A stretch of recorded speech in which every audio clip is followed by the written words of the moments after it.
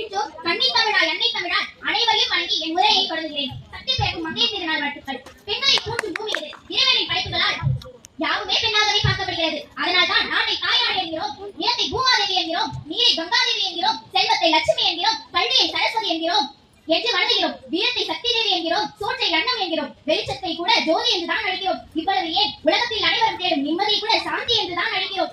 இது நம் அம்மாவுக்கான தினம், அக்காவுக்கான தினம், தங்கைக்கான தினம், அனைத்து மங்கைக்கான தினம், உலகில் உள்ள அனைத்து மகளிருக்கான தினம். பெண்களை பற்றி கவி பாடவும் கற்பனை திறன் ஓட்டவும் பெண்ணை ஒரு அழகு பருமையாக மட்டும் மிகைப்படுத்தி பேசி பேசி பெரும்பாலான பெண்களை பேச விடாதபடி பேசாமலர்களாக முடக்கி வைத்திருக்கிறது இந்த சமூகம். பெண் என்பவள் வெறும் சதி அல்ல, அவள் ஒரு சக்தி. அவள் அழகு மட்டுமல்ல, அவள் அதிகாரம், உலகின் பிரகாரம் இவள் அனைத்தும் ஒரு பெண்ணே.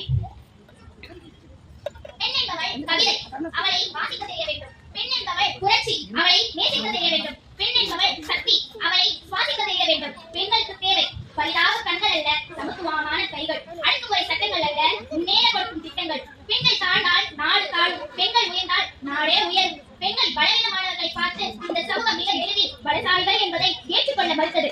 மெல்ல மெல்ல தொழில் ஏற்றுக்கொள்ள இணையான ஊதியம் தர மறுத்து பல இடங்களில் பெண்களுக்கான உரிமைகள் மறுக்கப்பட்டன. இதற்காக போராடி பெண்களின் உரிமைகளை மீட்ட நாள் மார்ச் 8ஆம் நாள் உலக மகளிர் தினம். அச்சக்கவி நேர்கொண்ட பார்வை என்ற வரிகளுக்கு இலக்கணமாக வாழும் என் அன்பு சகோதரிகளுக்கு இந்த நாள் அர்ப்பணம். வீரத்திற்கு ஒரு வேலு நாச்சியார், அறிவிற்கு ஒரு அவ்வை, தலைமைக்கு ஒரு மங்கைய கரசி. இவர்களே நமது வேர்கள்.